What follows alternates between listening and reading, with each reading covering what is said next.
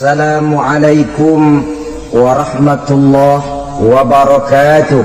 Waalaikumsalam warahmatullahi wabarakatuh. Alhamdulillah wassalatu wassalamu ala sayyidina Rasulillah sayyidina wa maulana Muhammad ibn Abdullah wa ala alihi wa sahbihi wa mawalah. La haula wa la quwwata illa billah, amma ba'du.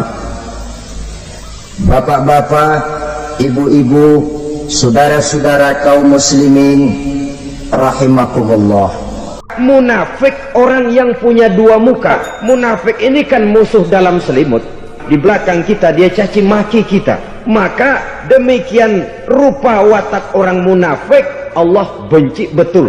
Orang-orang munafik di dasar jurang neraka yang paling bawah, keraknya neraka yang merusak akhlak kepada Allah. Sebab munafik sangat berbahaya, membahayakan umat, membahayakan agama. Menyembah batu, menyembah patung, menyembah berhala yang mereka buat sesuai dengan kekayaannya masing-masing. 360 berhala di sekeliling Ka'bah merupakan bukti nyata dari sesembahan mereka. Yang kaya membuat berhala dari emas lalu disembah. Yang setengah kaya bikin patung dari perak lalu disembah. Yang hampir miskin bikin Tuhan dari kayu lalu disembah. Yang miskin benar tepung terigu diadonin lalu dibentuk seperti wujud seseorang kemudian disembah. Dan apabila selesai nyembah perutnya terasa lapar, Tuhannya habis dipretelin. Sepanjang sejarah kemanusiaan cuma masyarakat jahiliyah saja yang sampai makan Tuhan. Sesadis-sadisnya bangsa Indonesia belum pernah sampai makan Tuhan. Maka menghadapi manusia seperti ini, yang pertama dilaksanakan oleh Rasul memperbaiki akhlak mereka kepada Allah, menanamkan la ilaha illallah, bahwa tidak ada Tuhan yang perlu disembah selain daripada Allah subhanahu wa ta'ala. Ini hakikatnya merupakan inti daripada ajaran Rasul-Rasul terdahulu. Kenapa? Seluruh Rasul bersumber dari satu sumber yang sama, yaitu dari Allah subhanahu wa ta'ala. Maka prinsip ajaran ketuhanan yang mereka bawa tentu saja sama. Nabi Adam mengajarkan la ilaha illallah, Nabi Nuh mengajarkan la ilaha illallah, cuma tentu sambungannya Nuh Rasulullah. Nabi Ibrahim mengajarkan la ilaha illallah, Ibrahim Rasulullah. Nabi Musa mengajarkan la ilaha illallah, Musa Rasulullah. Bahkan Nabi Isa mengajarkan la ilaha illallah, Isa Rasulullah. Dan Nabi Muhammad mengajarkan la ilaha illallah, Muhammadur Rasulullah. Akhlak manusia kepada Allah dengan menanamkan tauhid. Jadi kalau ingin berakhlak yang benar kepada Allah, jaga tauhid, pegang teguh akidah. Saudara-saudara kaum muslimin rahimakumullah, lawan daripada tauhid adalah kufur. Kufur bisa dua, bisa kufur iman, bisa kufur nikmat. Kufur itu sifatnya, kafir itu orangnya. Ada orang kufur iman, dan ini merusak akhlak kepada Allah subhanahu wa ta'ala. Kufur iman itu kadang-kadang bentuknya syirik, orangnya disebut musyrik. Kufur iman itu kadang-kadang bentuknya nifaq, orangnya disebut munafik. Kufur iman itu kadang-kadang bentuknya riddah, orangnya disebut murtad. Ini merupakan jenis daripada kufur-kufur iman dan tergelincirnya manusia daripada akhlak kepada Allah subhanahu wa ta'ala. Benar, di zaman sekarang kita tidak menyembah berhala. Memang di zaman sekarang kita tidak menyembah patung. Iya, kita tidak berkeyakinan Tuhan lebih dari satu. Tapi kadang-kadang akhlak kita kepada Allah sering lentur dan luntur, sering bergoyang dan tergoncang, sering kena erosi dan polusi. Bahwa kita tidak menyembah Latta, Uzza, Manat dan Hubal seperti masyarakat jahiliyah dahulu, memang. Tapi Latta zaman sekarang, Uzza zaman sekarang, Manat dan Hubal di zaman sekarang, berhala-berhala di abad kita sekarang ini, kadang-kadang bernama harta, kadang-kadang bernama wanita, kadang-kadang bernama tahta, mungkin juga bernama Toyota. Sesuatu yang lebih kita agungkan daripada Allah, menjelmalah dia menjadi berhala-berhala di zaman kita sekarang ini. Manakala kita di kantor sudah lebih takut kepada kepala bagian kita daripada kepada Allah, maka Tuhan kita barangkali adalah kepala bagian kita. Manakala kita sudah lebih takut kepada manusia daripada kepada Allah, bergeserlah akhlak kita kepada Allah, mengagungkan manusia dan menomorduakan Allah. Maka di zaman sekarang akhlak kita kepada Allah sering kena erosi, sering kena polusi. Mungkin karena sulitnya lapangan kerja, tingginya tensi ekonomi, persaingan hidup yang makin tajam, sulitnya mencari lapangan kerja, orang kadang-kadang nekat, sedikit pertimbangan picik, pandangan, mudah melakukan potong kompas, sehingga terjadilah perbuatan-perbuatan yang memelencengkan akhlak kita kepada Allah Subhanahu wa ta'ala. Kadang-kadang terjebak mempercayai selain daripada Allah, kadang-kadang terjebak di dalam mengagungkan yang selain daripada Allah lebih dari yang seharusnya. Terkenalah akhlak kita kepada Allah jaringan-jaringan erosi dan polusi. Kufur sebagai lawanan daripada tauhid merupakan sifat daripada orang yang tidak berakhlak kepada Allah. Bentuknya pertama bisa syirik. Syirik itu artinya meyakini ada Tuhan lain selain daripada Allah. Itu yang namanya syirik. Jadi percaya Tuhan ada, cuman Tuhannya kelebihan. Itu yang disebut syirik, dan itu merupakan cerminan dari akhlak yang rusak kepada Allah Subhanahu wa ta'ala. Berkeyakinan Tuhan lebih dari satu, berkeyakinan bahwa Tuhan itu beranak atau diperanakkan, atau mengagungkan sesuatu sama dengan Allah, atau menjadikan yang selain Allah sebagai tujuan akhir daripada perjalanan kehidupan ini, maka itu sudah terjebak kita dalam musyrik. Dan syirik satu dosa yang tidak berampun. Bahasa kasarnya, yang namanya syirik itu jenis bapak moyangnya dosa. Saudara-saudara, sebab itu saya pesan, kalau memang terpaksa, biasanya yang tinggal di kota-kota besar itu kalau tidak kepengen dosa kan susah. Kalau terpaksa harus bikin dosa, cari yang kecil-kecil saja, yang kira-kira taubatnya gampang. Umpamanya pulang sholat Jumat nukar sendal, umpama, yaitu jelas dosa. Tapi dosa yang taubatnya agak mudah. Jangan sampai terjebak ke dalam syirik, menyekutukan Allah. Kalau sudah menyekutukan Allah, Allah dimadu, murka benar Allah kepada kita. Innallaha la yaghfiru ayyushraka bih wa yaghfiru ma duna dzalika liman yasha. Allah tidak akan memberi ampun kepada orang yang menyekutukannya dengan sesuatu, tapi Allah mau mengampunkan dosa yang selain itu bagi orang yang dikehendakinya. Jadi orang-orang yang sudah terjebak syirik, menyekutukan Allah, meyakini ada Tuhan lain selain daripada Allah, meyakini Tuhan beranak atau diperanakkan, bagaimanapun baiknya mereka di dunia, bagaimanapun sosial jiwanya, bagaimanapun pemurah tangannya memberikan santunan dan pertolongan kepada orang lain, kalau sudah syirik, seluruh nilai kebaikannya akan tidak ada gunanya lagi, karena tidak ada tempat nilai kebaikan itu bergantung.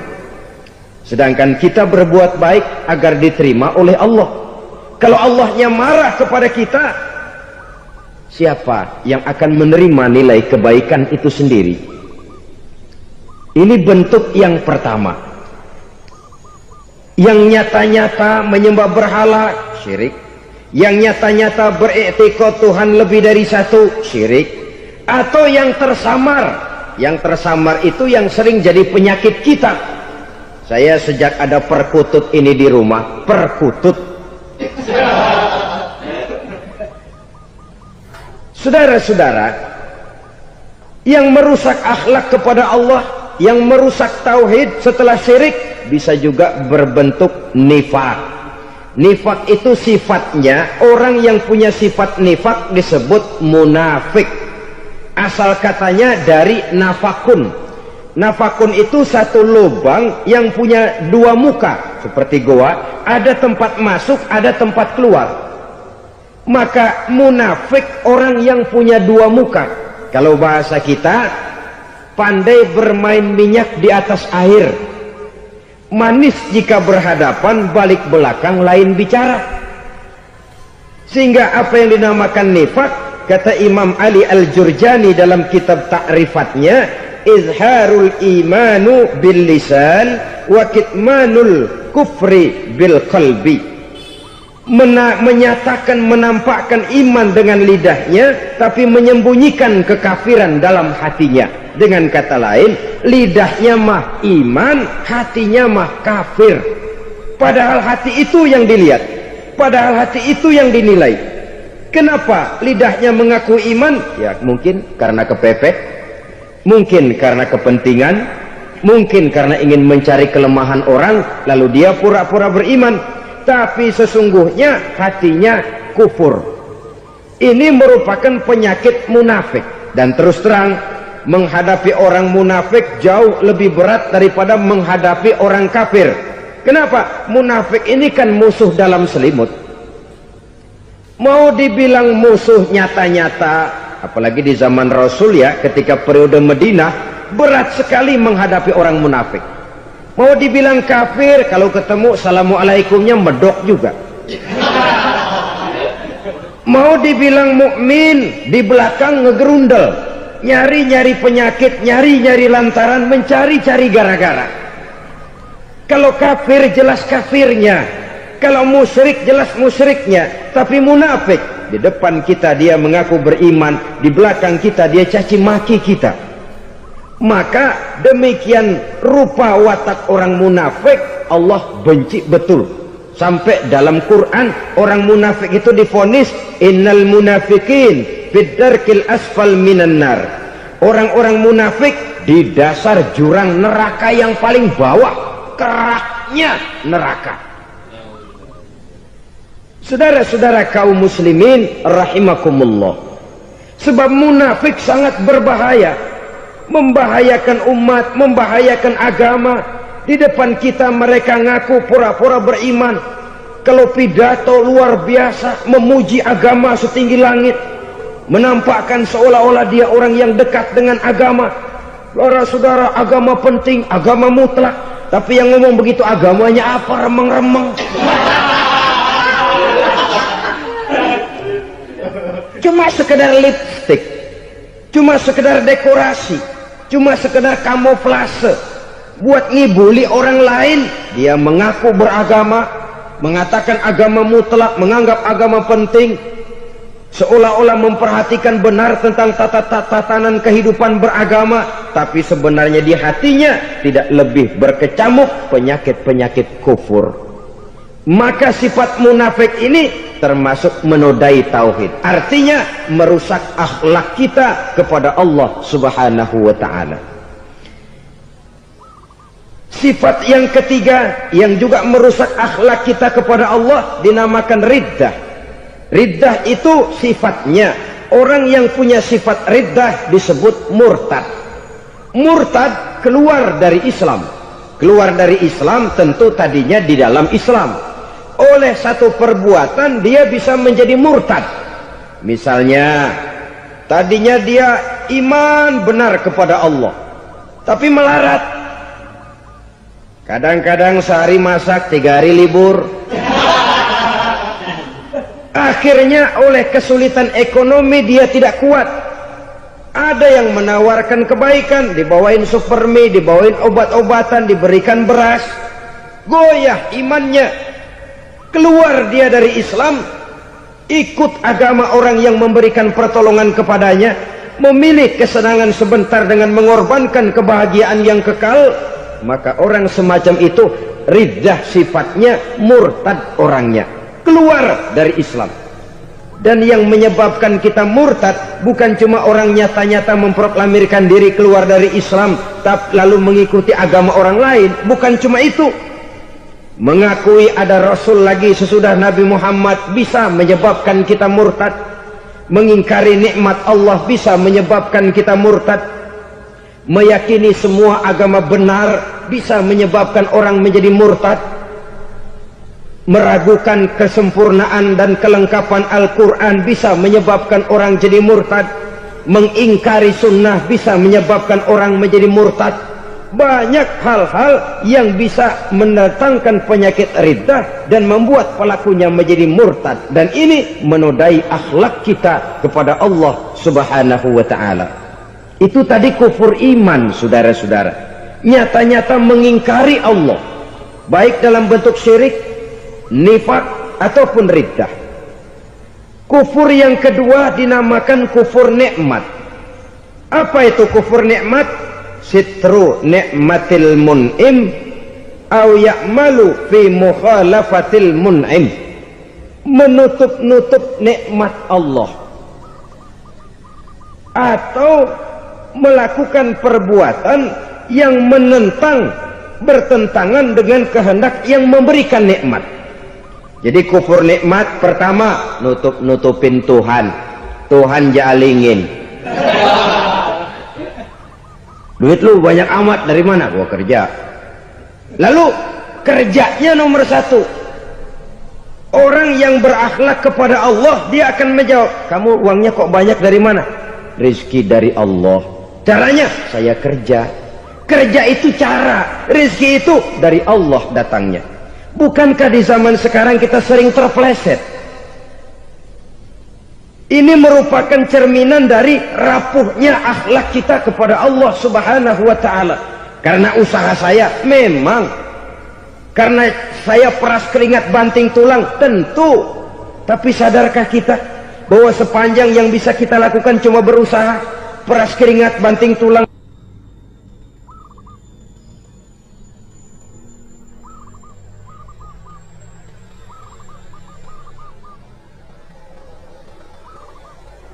Soal rizki, soal jodoh, soal maut, kitakah yang mengatur? Kitakah yang menentukan? Subhanallah. Manusia sungguh tidak berdaya menghadapi 3 hal paling pokok ini. Rezeki, kita cuma bekerja. Kitakah yang menentukan? Tidak. Kita berusaha saja, rezeki belum pasti dapat. Apalagi kalau kita tidak berusaha. Jangan terjebak dalam fatalisme. Belum perang udah nyerah. Emang dasar rezeki datangnya dari Tuhan, nggak usah kerja, dan ntar juga kalau dia datang. Dari mana datangnya? Kerja saja belum tentu dapat rezeki, apalagi kalau tidak kerja. Yang jelas usaha perlu kepastian, itu urusan Allah. Ini akhlak kepada Allah subhanahu wa ta'ala. Jodoh juga begitu. Kita berusaha, kita berupaya, Allah menghendaki lain jadinya. Maut juga begitu. Siapa sih yang pengen ngadepi maut? Siapa sih yang pengen mati? Siapa sih yang pengen ketemu malaikat Israel? Tidak seorang pun kalau ditanya, kecuali mereka yang putus asa ya.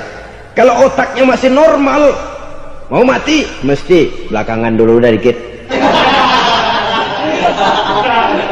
Tapi yang satu itu, saudara, kalau dia sudah datang, tenaga mana yang bisa menolak? Kalau dia sudah berkunjung, kekuatan mana yang bisa menghindar? Kalau dia sudah ingin bertemu, kemana kita bisa melarikan diri? Manusia sepanjang yang dia lakukan hanya berusaha, tapi kepastian, ketentuan dari Allah Subhanahu wa ta'ala. Orang yang kufur nikmat, nutupin Allah. Dia merasa rezekinya adalah mutlak peras keringatnya, seolah-olah Allah nggak punya peranan apa-apa di situ. Oh, ini kan saya bisa rumah begini karena saya kerja keras. Oh, ini mobil saya begini, saya kerja keras. Peras keringat, banting tulang, keras.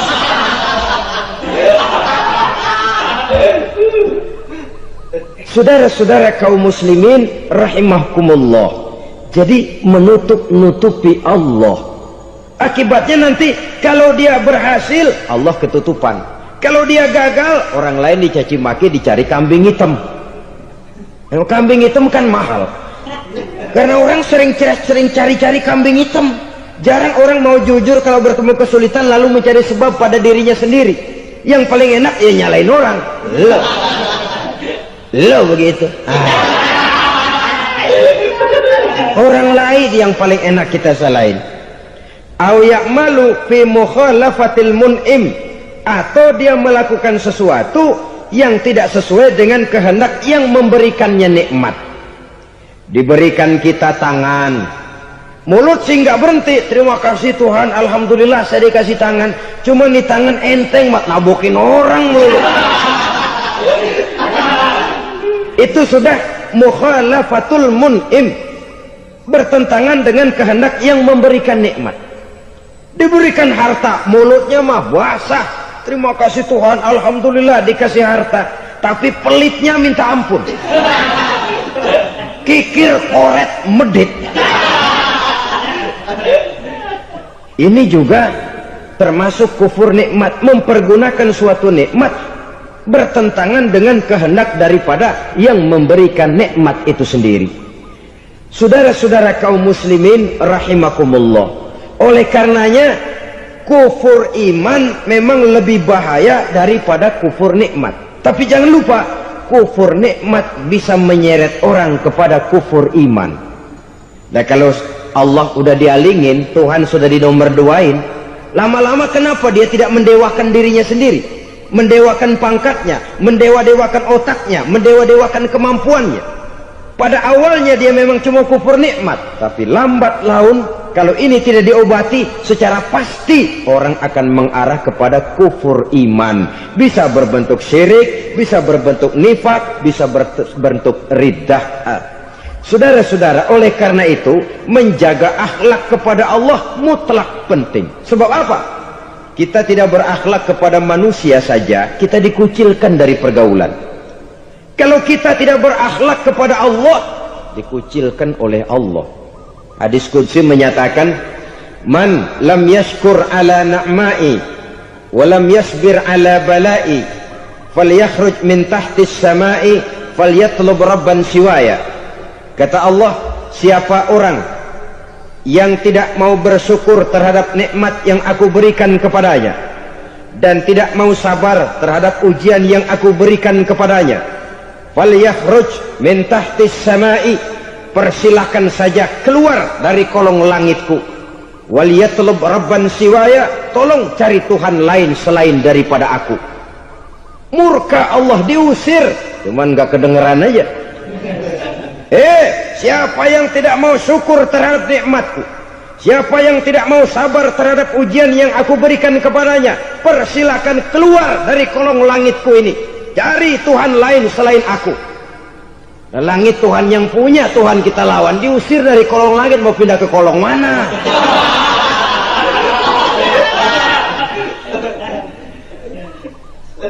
Jadi jangan merasa kufur nikmat kan enteng. Iya, kelihatannya begitu, tidak sebahaya kufur iman. Tapi kufur nikmat ini merupakan anak tangga yang kalau kita sudah mulai naik, kita akan naik terus sampai kepada tingkat di mana kita mengalami kufur iman. Kalau sudah ke sana, maka akhlak kita kepada Allah terkenalah erosi, terkena polusi, hancur akhlak kepada Allah, dan itulah sumber kesengsaraan abadi. Kalau cuma kita tidak berakhlak kepada manusia, barangkali resikonya cuma kehidupan di dunia ini. Mungkin juga ada kehidupan akhirat. Tapi kalau sudah tidak berakhlak kepada Allah, dunia akhirat kita rugi dan celaka. Maka pada kesempatan ini saya mengajak, marilah jaga baik-baik akhlak kita kepada Allah. Satu kali kita bertauhid, sampai mati kita bertauhid. Satu kali la ilaha illallah, jangan tergelincir lagi kita keluar daripada kalimat itu. Satu kali kita bertuhankan Allah, jangan bertuhan yang lain selain daripada Allah. Jangan sekutukan Allah, jangan samakan Allah dengan sesuatu, jangan mengangkat yang lain sama agungnya dengan Allah. Sebab dengan demikian kita seolah-olah sudah mengotori akhlak kita kepada Allah Subhanahu wa ta'ala. Saudara hadirin yang saya hormati, jadi oleh karenanya akhlak kita kepada Allah merupakan basis daripada kehidupan beragama. Kalau itu sudah mulai rapuh, mulai terkena erosi dan polusi, mulai rusak, dikhawatirkan nanti nilai ibadah kita kepada Allah juga akan turut ambruk karenanya. Saudara-saudara kaum muslimin rahimakumullah, tugas yang kedua, memperbaiki akhlak manusia kepada sesama manusia. Kita tahu Islam sesuai dengan namanya adalah agama damai. Maka akhlak manusia kepada sesama manusia menempati porsi yang penting dalam kehidupan beragama. Bagaimana seorang muslim bergaul, bertata krama terhadap sesama manusia. Mari kita lihat lebih jauh persoalannya. Untuk memudahkan pembicaraan dari kacamata agama, kita kelompokkan saja manusia itu dalam dua. Pertama yang seiman, dan yang kedua yang tidak seiman. Yang tidak seiman itu kita sebut saja kufur atau kafir. Nah, kepada yang kafir pun kita diajarkan untuk berakhlak, apalagi kepada yang memang nyata-nyata seiman, sekeyakinan, seakidah. Kemanapun Islam datang, ke negara manapun ia masuk, ia tidak menaburkan kerusakan. Jadi tidak benar kalau orang pernah itu menggambarkan, saking sentimennya seorang orientalis pernah menggambarkan Nabi Muhammad di tangan kirinya Quran, di tangan kanannya pedang, menggambarkan seolah-olah Islam dikembangkan dengan kekerasan. Sebenarnya tidak sama sekali. Kalaupun dalam sejarah perkembangan Islam pernah terjadi perang, maka perang dalam Islam sesungguhnya apabila kita amati sejarahnya bukan untuk memaksakan agama, karena memang agama tidak bisa dipaksakan, tetapi justru untuk mempertahankan agama dari segala macam hambatan, rintangan, hinaan dan fitnahan. Tapi kemanapun yang jelas Islam masuk, dia tidak pernah membuat kekacauan, kerusuhan ataupun penghancuran. Candi Prambanan bahkan dipugar, gereja-gereja tidak ada yang dihancurkan oleh umat Islam. Kenapa? Islam agama damai. Soal agama, soal lakum dinukum waliyadin, la ikraha fid din, qad tabayyana ar-rusdu minal ghayy. Tidak ada paksaan dalam beragama, sebab nyata yang benar dengan yang tidak benar. Belum pernah ada orang kafir masuk ke perkampungan orang Islam lalu dikejar-kejar, diteriakin kafir, kafir, sunatin.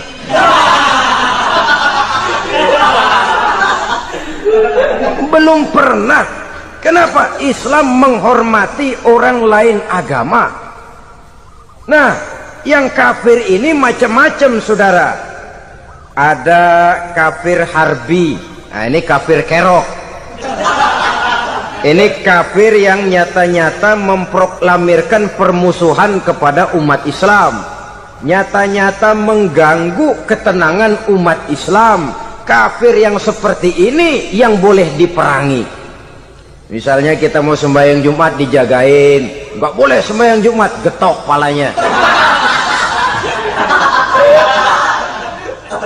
Kafir harbi artinya tantangan perang datang dari mereka, bukan kita yang mulai, mereka yang buka front. Prinsipnya umat Islam tidak boleh mencari-cari musuh, tapi pun tidak boleh lari kalau ketemu musuh. Musuh jangan dicari, ketemu jangan lari. Karena itu kesan seolah-olah umat Islam ini teroris, umat Islam ini destroyer, umat Islam ini sering menimbulkan keonaran, kerusakan, sungguh satu fitnahan yang sangat keji. Umat Islam adalah umat yang cinta damai. Islam di masa perkembangannya masuki Eropa melalui Selat Gibraltar, Jabal Tariq, memasuki Spanyol. Islam tidak pernah meruntuhkan gereja, Islam tidak pernah membunuh orang-orang Nasrani. Bahkan Islam mewariskan peradaban dan kebudayaan yang begitu tinggi nilainya di bidang ilmu pengetahuan, sampai ketika itu Barat banyak mengkaji ilmu pengetahuan dari dunia Islam. Buku-buku berbahasa Arab diterjemahkan ke bahasa Yunani, dipelajari oleh para cendekiawan di negeri Barat sana. Mereka mengambil manfaat yang banyak dari masuknya Islam ke Eropa. Sementara gereja tetap berdiri dengan megahnya. Kuil-kuil tempat peribadatan tidak satupun yang diusik-usik. Kenapa? Islam agama yang cinta damai. Asal dia tidak diganggu, asal kehormatannya tidak dihinakan. Jadi kafir harbi, kafir yang nyata-nyata nantang perang, ngajak berkelahi, itu kafir yang nyari penyakit. Kafir harbi ini boleh diperangi dengan catatan mereka yang memang mulai. Yang kedua, kafir zimmi. Kafir zimmi, kafir yang hidup di tengah mayoritas muslim, tapi mereka mau hidup dengan aman, damai, tenang. Mereka wajib dilindungi. Bahkan Nabi pernah memberikan satu jaminan, man azazimmiyan faqad azani. Siapa yang mengganggu orang kafir zimmi sama saja dengan mengganggu saya. Kehormatannya dijaga, harta bendanya dilindungi, anak istrinya pun dilindungi. Dan ini jadi kenyataan. Saudara bisa lihat di negara-negara yang mayoritas penduduknya beragama Islam, orang-orang kafir di luar Islam hidup dengan tenang, aman, damai. Di Saudi Arabia, di luar tanah haram, di luar Mekah dan Madinah, banyak orang-orang kafir mencari nafkah. Mereka tenang, aman, dilindungi undang-undang. Begitu di Mesir, begitu di negara Indonesia yang berdasarkan Pancasila ini.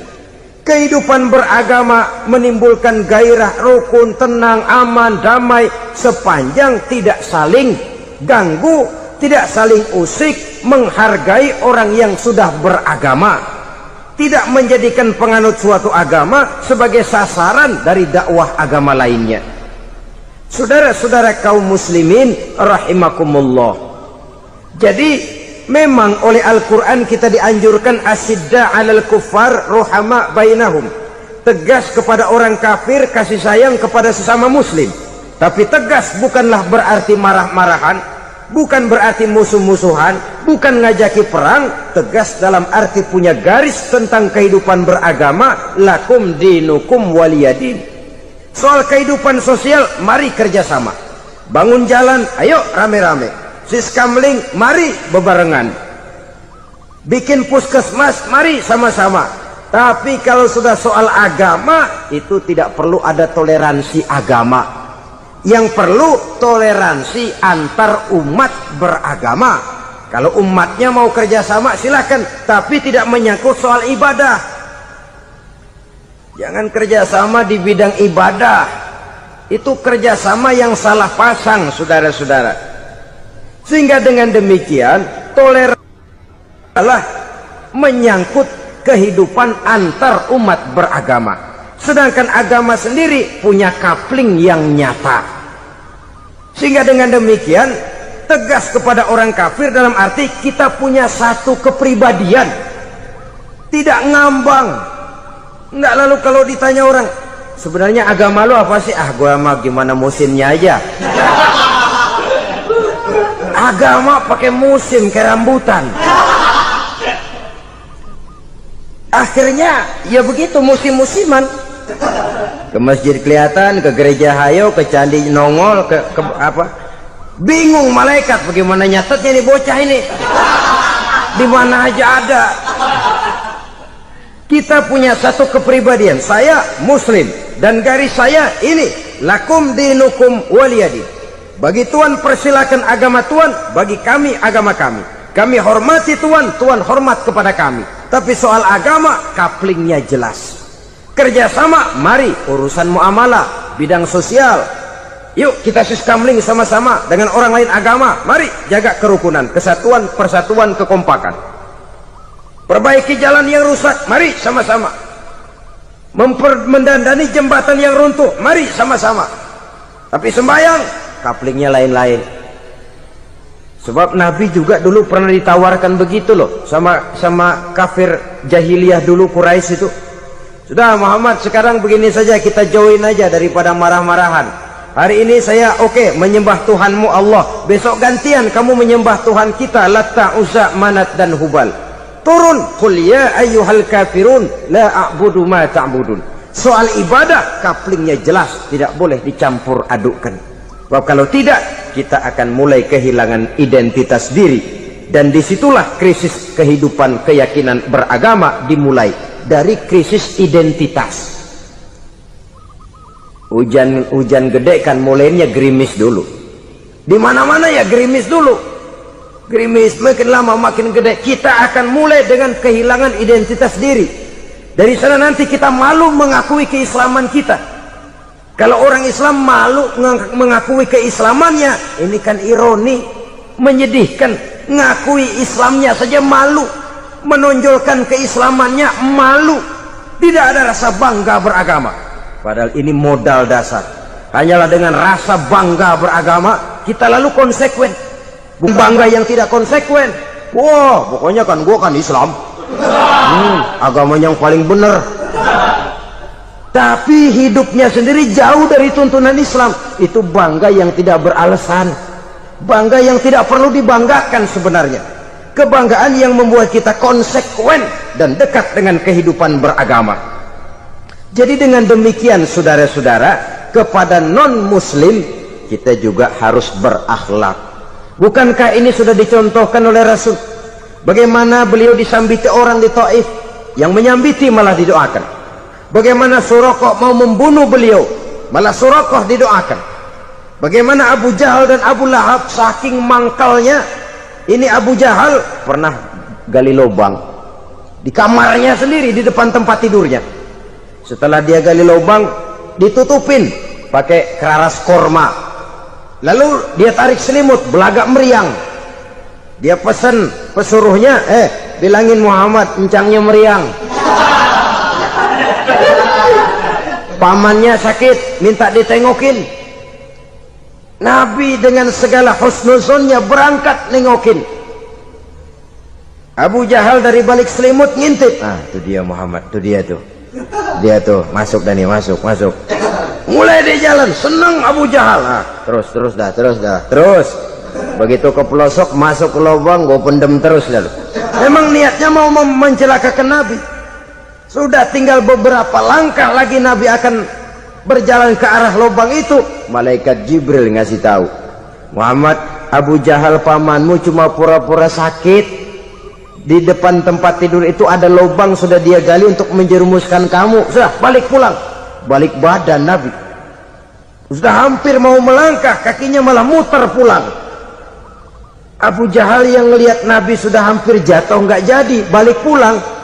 Lupa kalau lagi sakit. Udah Muhammad buruan sini. Ke pintu dia kejar. Dia lupa sama lubang yang dia gali. Begitu dia kejar, dia yang ke pelosok masuk ke dalamnya.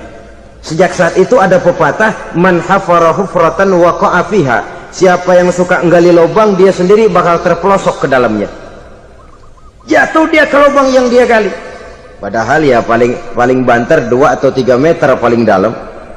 Dari dalam lubang itu dia teriak-teriak, Muhammad, tolongin, pamanmu kecebur. Kasih tahu Muhammad, kasih tahu. Datang lagi lah pesuruhnya, Muhammad, pamanmu Abu Jahal kecebur, minta tolong diangkatin. Sudah diulur tambang, habis sambung lagi, nggak bisa sampai. Masa iya, cuma kamu yang bisa nolong? Apa yang dilakukan Nabi? Balik mau nolongin. Akhlak. Kita kalau ada orang gali lubang buat nyeburin kita, dia sendiri yang kecebur. Gorok gua kagak lemin loh. mati sekalian dah. Nabi mah enggak, balik nolongin tuh Abu Jahal. Kenapa paman? Kecebur. Iya Muhammad, tolong, tambang udah diulur-ulur, sambung-sambung nggak sampai. Aduh kasihan paman, nih pegang tangan saya. Nabi cuma ulurin tangan, nyampe dipegang oleh Abu Jahal, diangkat ke atas. Nyampe atas, apa kata Abu Jahal?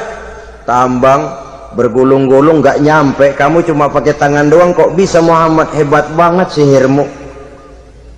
Mukjizat dia bilang sihir, udah ditolongin nyala lagi, kan yang enak kita injak palanya.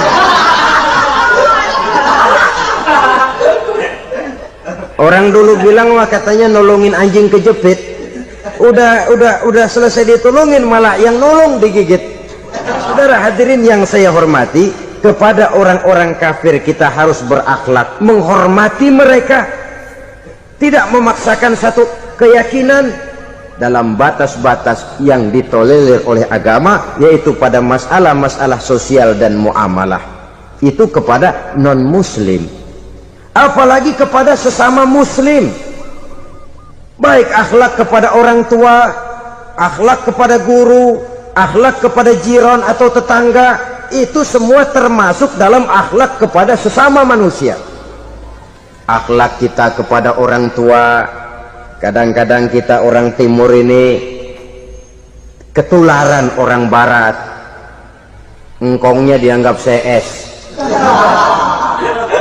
salaman main kedet aja, halo kong, engkongnya berhalo di bengong. Saudara-saudara kaum muslimin rahimakumullah, akhlak yang tua kepada yang muda, akhlak yang muda kepada yang tua, kepada jiran dan tetangga, kepada sanak famili dan handai tolan, pendeknya kepada sesama muslim. Tetangga ada haknya, ada hak tetangga yang kalau kita berakhlak itu harus dipenuhi. Contoh kecil, kalau saya beli radio, itu saya dong boleh berpikir, ini radio saya beli pakai uang saya setel di rumah saya, sekeras-kerasnya ada apa sama orang lain? Radio gua, yang beli gua pakai duit gua, gue setel di rumah gue, ada urusan apa sama orang lain? Itu kalau ketika itulah lalu kebebasan saya nyetel radio dibatasi oleh kebebasan tetangga saya yang mau tidur. Ini sudah akhlak namanya. Umpamanya lagi ada Nabi ajarkan, iza tobakhta maraqatan fa'akthir ma'aha wa ta'ahad jiranaka. Kalau kamu masak sayur, banyakin kuahnya, bagiin tetangga kamu. Bukan bagiannya itu yang jadi soal, tapi akhlak kepada tetangga. Udah tahu tetangganya kelaparan, diseksa, goreng ikan asin, se-RW baunya ngayap, kembang kempis orang nungguin. Saudara hadirin ma'asyiral muslimin rahimakumullah. Jadi dengan demikian, kalau sudah kembali kepada orang-orang yang nilai imannya sama dengan kita, apapun organisasinya, apapun baju yang mereka pakai, kaos yang mereka pakai, jaket yang mereka pakai, kalau sudah seakidah, seiman, jaga akhlak kita.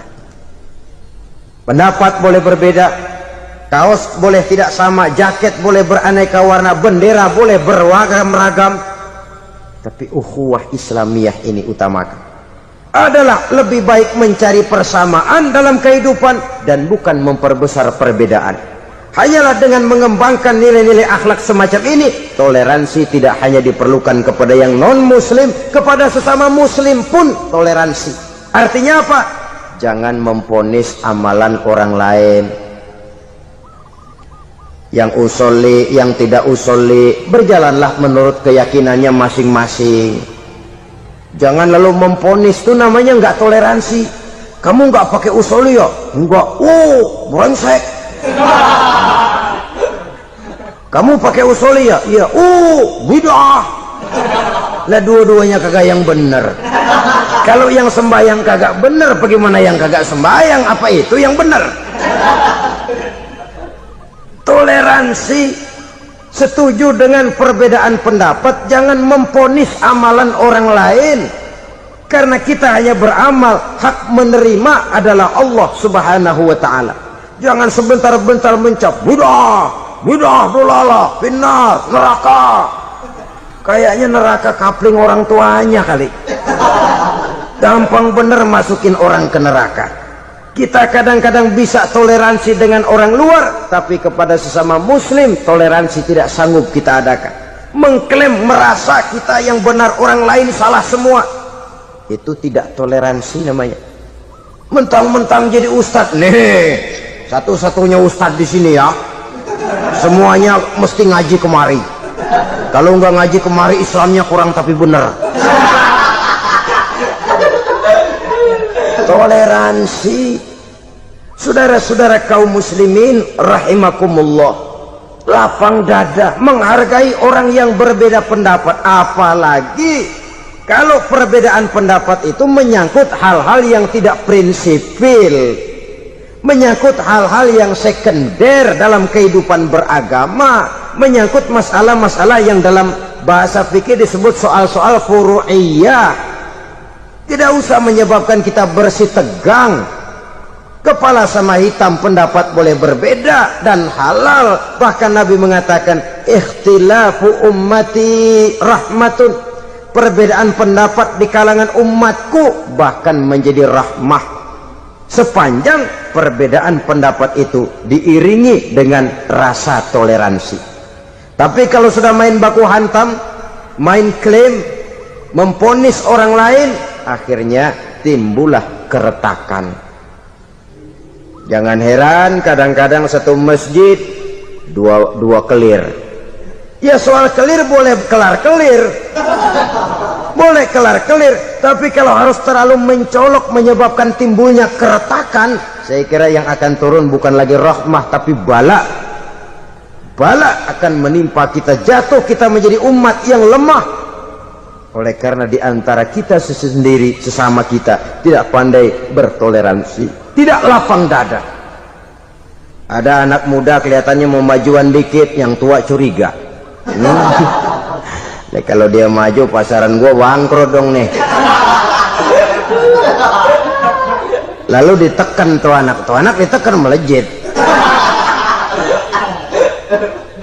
Kadang-kadang yang tua maksudnya baik, mau memelihara, yang muda salah terima.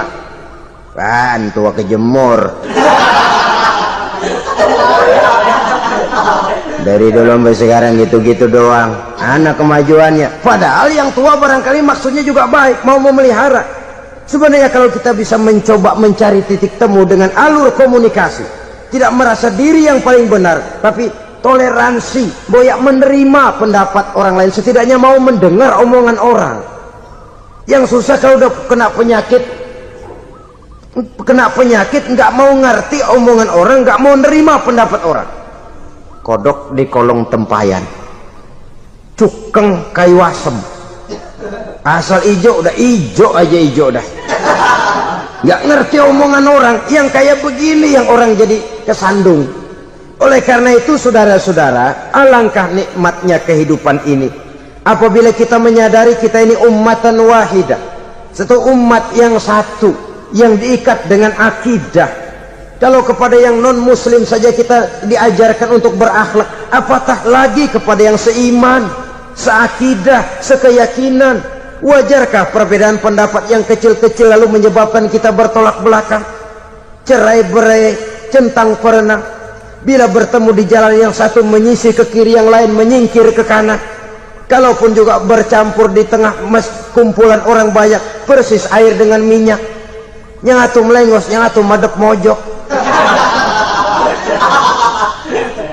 Orang lain senyum, dia mau pada manyun.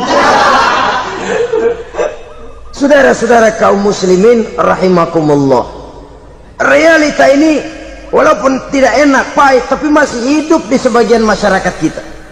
Ini yang perlu kita atasi. Soal toleransi kepada orang lain, sejarah sudah membuktikan.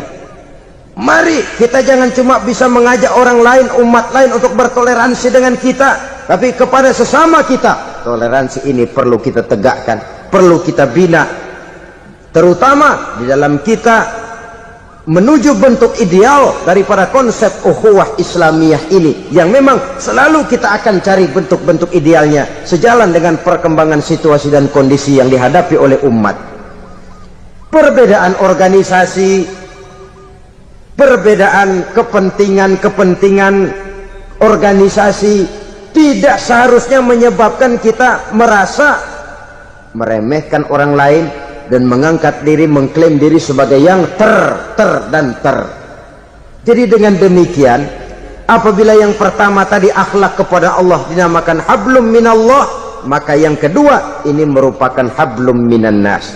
Jikalau baik akhlak kita kepada Allah, baik akhlak kita kepada manusia, nikmat rasanya menjalani kehidupan.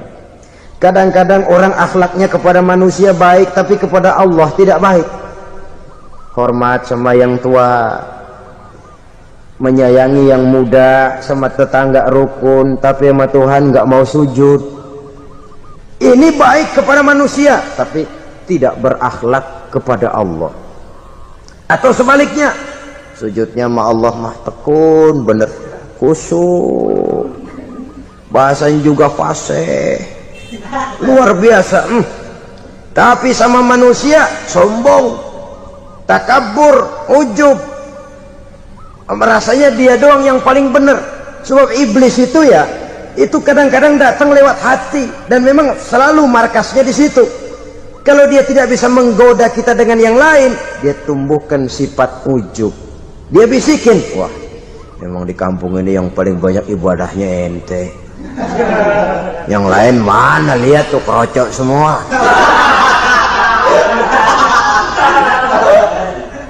Lalu di hati orang itu tertanam sifat iya ya. Nah, tatkala iya ya, dia sudah terkena serangan iblis. Akhirnya apa? Orang lain diremehin. Asalnya nggak mau sembahyang, ya diajak salaman udah najis aja dah. Ketemu juga mukanya ditekuk 4. Akhirnya bukan ngajak, malah ngenyek, ngina. Lah orang dihina makin jauh, makin tidak tersentuh. Bukan cara itu yang diajarkan oleh Rasul. Bahwa orang tidak mau sholat, tugas kita mengajak. Soal dia tidak sholat, itu dosa dia kepada Allah. Saudara-saudara kaum muslimin, ujub disuntikkan oleh iblis ke dalam hati kita. Sujudnya kepada Allah benar, tapi akhlaknya kepada sesama manusia merasa paling benar sendirian, merasa orang lain salah semua. Pokoknya kalau di luar lingkungannya udah kagak bener aja udah bahaya. Saudara-saudara, ini juga penyakit yang disuntikkan oleh iblis. Sebab iblis itu tipu dayanya luar biasa, strateginya lihai. Makin tinggi kualitas iman, ya makin berat upaya iblis untuk menjerumuskan kita. Karenanya saya mengajak, marilah kita bertoleransi, baik kepada non muslim, lebih-lebih lagi kepada sesama muslim yang kebetulan berbeda baju, berbeda kaos, berbeda organisasi, lain bendera yang dibawanya. Tapi toleransi mari kita canangkan. Kita terikat oleh ukhuwah Islamiyah. 2. Yang ketiga, akhlak manusia kepada makhluk Allah lainnya di luar manusia.